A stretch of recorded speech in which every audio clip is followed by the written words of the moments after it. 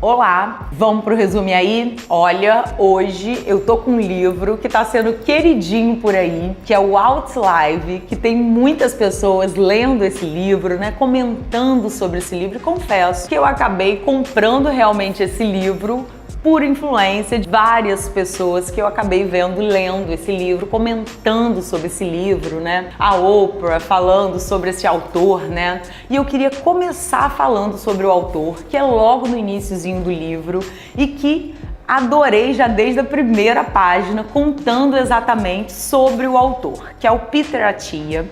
Ele é formado em medicina pela Universidade de Stanford e é especializado em cirurgia pelo Hospital Johns Hopkins. E aí a gente para entender, né, o que me chamou a atenção do Peter. Que ele é um médico formado numa universidade renomada, especialista, né? Ele é um cirurgião oncológico, se eu não me engano, e que começou a trabalhando com as melhores formações e que de repente pelo meio do caminho ele falou assim: não quero mais isso. E o mais curioso foi o porquê que de repente ele mesmo estando, né, super encaminhado na profissão dele, né, um médico formado, bem formado, com uma boa especialização, né, num bom hospital, de repente entender que não era aquele caminho que ele queria. E por quê? Ele começou a entender que chegavam muitas pessoas ali e ele não podia realmente ajudá-las, porque eles já estavam no último grau de nível da doença. E aquilo incomodava muito ele. Tipo, eu tô aqui e aí a pessoa já chega morrendo aqui e eu posso fazer muito pouco por essa pessoa. E aí ele começou a pensar assim: e se eu tivesse em outra frente? E se eu tivesse ajudando essa pessoa a não chegar nesse nível? E aí ele se colocou nessa posição. Ele saiu dessa frente de cuidados e começou a entrar numa frente de prevenção. E eu acho que hoje, né, falar de saúde, falar de prevenção já é uma coisa que a gente tem escutado muito, né? Falar sobre essa medicina preventiva, de como a gente cuidar da nossa saúde, mas na prática, né, não é bem isso que acontece. E é exatamente sobre isso que o Peter fala. Olha, é um livro extenso, mas muito gostoso de ler, porque ele é dividido por partes, né? Ele vai falando muito, né? Ele começa falando muito sobre determinadas doenças, sobre como a genética pode ser determinante ou não, sobre o ambiente, o que você pode fazer para se prevenir se você já tiver a genética de determinadas doenças. E aí depois ele entra falando sobre a importância do sono. Depois ele entra na parte, gente, olha, que aí pegou meu coração. Então, assim, falando sobre a importância do exercício físico. Eu separei um pedacinho aqui que eu vou falar para vocês de uma fala que ele falou, de um dado, né, de uma pesquisa. E esse livro tem várias pesquisas, né, que é super interessante. Ó, vou ler um pedacinho que ele falou aqui. Um pouco de atividade diária, né, já é muito melhor do que nada. Passar de nenhum exercício semanal para apenas 90 minutos de exercício por semana pode reduzir em 14% o risco de morte por todas as causas. Gente, e aí ele termina ainda esse parágrafo falando: é muito difícil encontrar um medicamento capaz de fazer isso. Então pensa assim, qualquer doença que venha na sua cabeça, qualquer uma, se você se exercitar 90 minutos por semana, você reduz a chance de você morrer por causa dessa doença em 14%. E aí ele fala assim, que medicamento que é capaz de fazer isso por todas as doenças? Nenhum. Então, assim, tem coisas, né? E ele coloca a atividade física em primeiro lugar em várias coisas, dizendo que você aumenta a sua expectativa de vida, sua qualidade de vida. Isso é determinante para você realmente envelhecer de maneira saudável. Dentro desse capítulo também ele fala uma coisa que eu achei muito interessante. A gente tem visto, né, quanto isso já está, né, em todas as pesquisas, o quanto a nossa longevidade está aumentando. Então, cada vez mais, né, a gente vê pessoas de 60 anos que são, enfim, não é mais aquela senhorinha de antigamente. Então as pessoas estão chegando com muita constância, muito mais do que antigamente, a 80 anos. Antigamente ele falava, não, porque meu avô tem 90 anos, a gente, nossa, 90 anos, e hoje é normal, né? Tem um monte de vovozinho aí de 90 anos, de 100 anos, super feliz por aí. Mas aí a questão tá, né? Que a gente tá aumentando a longevidade, né? As pessoas estão vivendo mais, mas será que a sua saúde tá acompanhando isso? Então isso é uma coisa que ele coloca aqui. Então se você de repente pode chegar a 90 anos de vida, será que a sua saúde vai chegar a 90 anos? Porque viver 90 anos sem saúde também não é legal, né? Então, é isso que ele espera, que a gente viva 90 anos, mas que a gente viva 90 anos com saúde.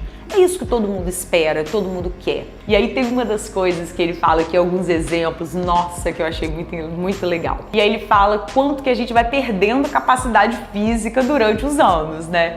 Então se você com 40 anos não é capaz de levantar do chão sem apoiar a mão no chão, imagina, porque ele mostra que você perde 10% de força a cada década. Então imagina como que vai ser para você levantar de uma cadeira com 90 anos. Então ele fala que com 40 anos você tem que ser capaz de fazer determinadas coisas. E aí ele pontua ali as coisas que você é capaz de fazer, tem que ser capaz de fazer com 40 anos para com 90 anos você seja capaz de fazer. Deixa eu ver se eu marquei essa página aqui também, gente, porque eu achei muito legal. E eu achei muito legal porque eu sou uma pessoa que estou com 42 anos. Eu falei, meu Deus do céu, deixa eu fazer esses exercícios aqui para saber se quando eu chegar a 90 anos eu vou conseguir fazer coisas básicas. O que você gostaria de fazer? É assim, né? Eu marquei aqui, imagina, eu com 90 anos, o que eu gostaria de fazer? Aí eu marquei aqui, olha, eu gostaria de poder fazer uma trilha de 2,5 km nas montanhas.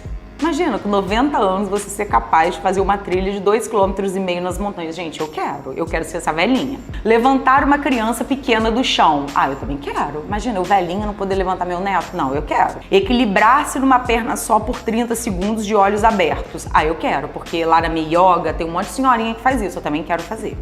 Subir 4 lances de escadas em 3 minutos. Eu também quero ser uma senhorinha ativa.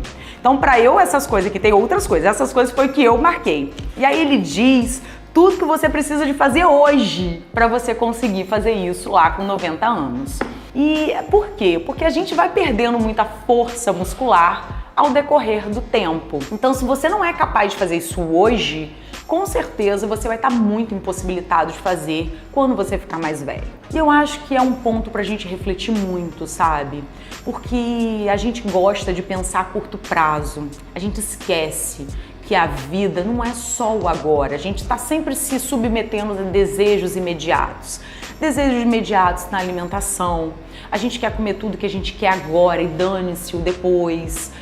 Desejos imediatos de entender que a gente pode estar sim acima do peso e que agora tá tudo bem, que eu não consigo amarrar o meu sapato porque eu não tenho mais flexibilidade para isso aos 40 anos, que eu não consigo subir um lance de escada aos 40 anos e não ficar ofegante.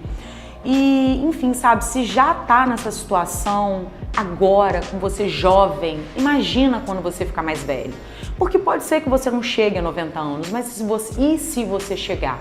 Você quer ser uma pessoa que vai ficar em cima de uma cama, sem conseguir fazer tarefas básicas, né, como levantar de um sofá, ter que ficar sempre usando acessórios bengala, sabe? Então é uma coisa a se pensar. Né? Eu acho que a gente tem que amadurecer um pouco e parar de ficar pensando, sabe, sempre nesses desejos, porque quando a gente começa com esse assunto assim, eu não sei se eu vou morrer amanhã, só sai coisa ruim.